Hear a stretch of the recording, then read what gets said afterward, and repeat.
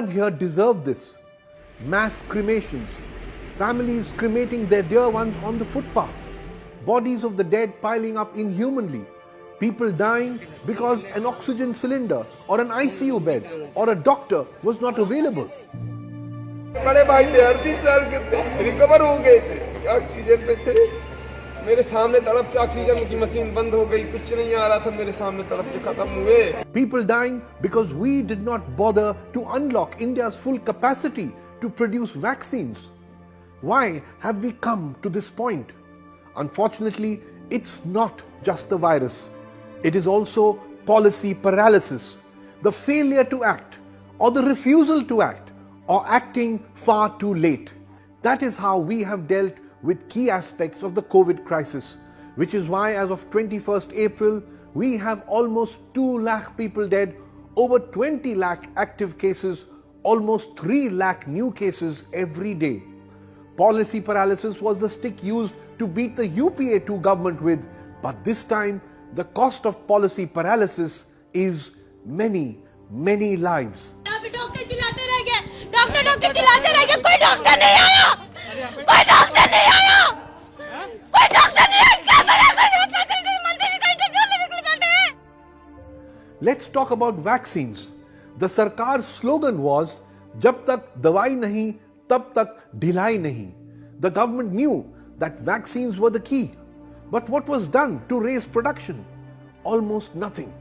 While countries like the US and UK gave advance funding to vaccine makers, India's biggest vaccine producers, Serum Institute and Bharat Biotech, got no government support. Serum Institute invested 2,000 crores of its own money and got rupees 2,200 crores from the Bill and Melinda Gates Foundation to increase capacity. Bharat Biotech relied on internal resources. But why did Bill and Melinda Gates have the wisdom to support India's biggest vaccine maker and not our own government?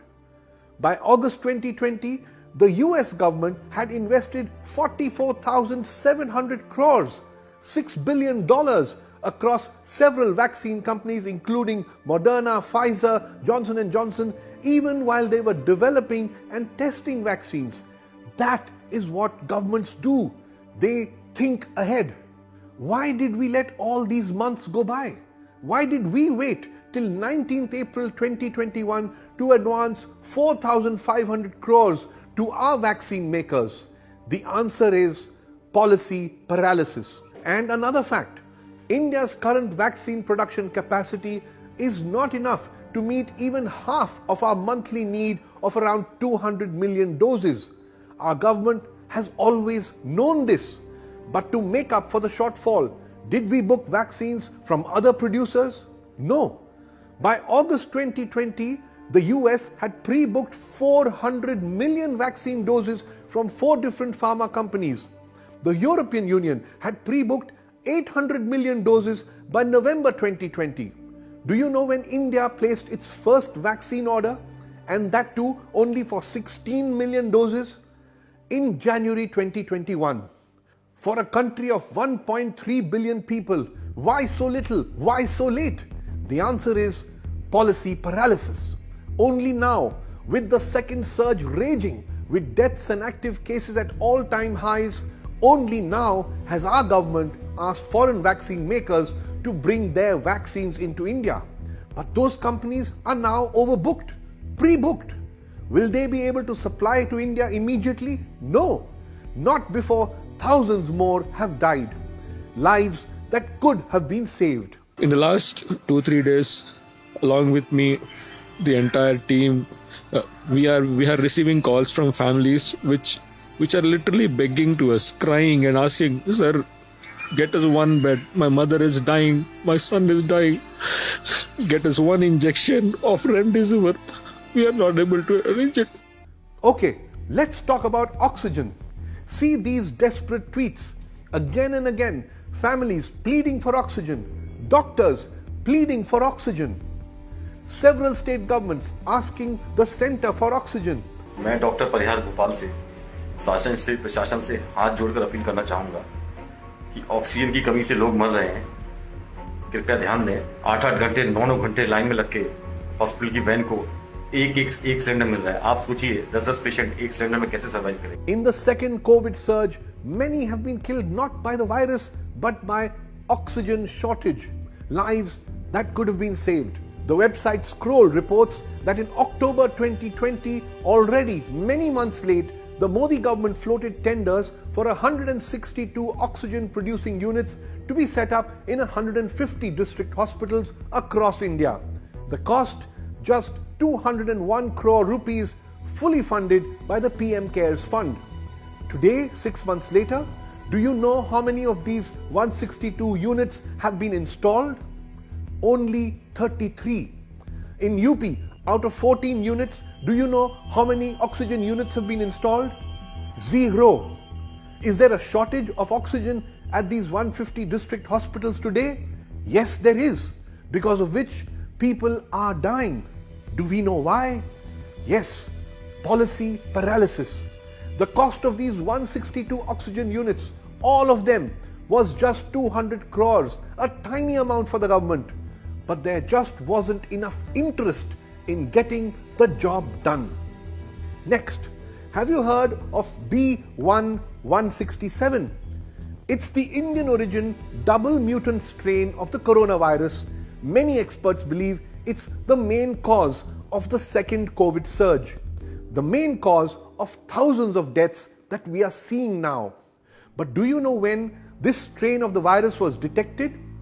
On the 5th of October 2020. Immediately, red flags should have gone up. Thousands of samples of this strain should have been put through gene sequencing to understand it better, how to treat it better, maybe even modify India's vaccines to counter this deadly strain. But again, we moved too slowly.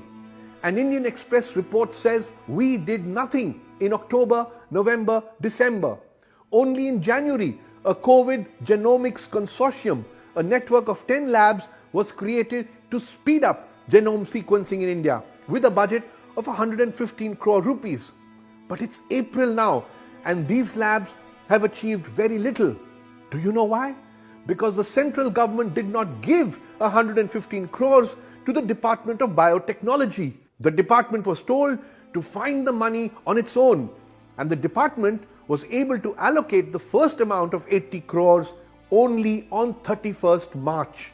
6 priceless months after this deadly strain was actually detected. As we all know, by 31st March, the second surge had already gone out of hand, lakhs of cases, thousands of deaths, lives that we failed to save. Why? Because of policy paralysis. There are other questions too. Why was a go-ahead given to religious gatherings like the Kumbh Mela? Didn't the government know it would be impossible to impose COVID norms there? They knew. लेकिन आस्था और गौरव के सामने health क्या चीज है? After first allowing a mega super spreader event, it was hurriedly wrapped up, but we know the damage is already done. Then again, why was permission given for massive election rallies during the ongoing assembly elections, followed by backtracking now? Again, by holding these daily super spreader political rallies for weeks, the damage has already been done. And finally, lockdown. Last year's lockdown policy was seriously flawed, imposed without warning, stopping all trains and buses, forcing lakhs of migrant workers to walk home in the middle of the pandemic. It caused immense pain. And yet the government congratulated itself repeatedly for imposing one of the strictest lockdowns in the world. So now prepare to be more confused as the PM has issued a plea on 20th April against lockdowns. So, lockdown, no lockdown, partial lockdown, what is the government's policy to counter the second surge? We actually don't know. That is policy paralysis. Meanwhile, migrant workers are again rushing home. The economy will take a hit again, and yet again, thousands will die. All we know is that ye jo India hai na, it's thousands of families whose dear ones have died. The lakhs who are struggling for ICU beds, oxygen, vaccines across the country, they all deserve better.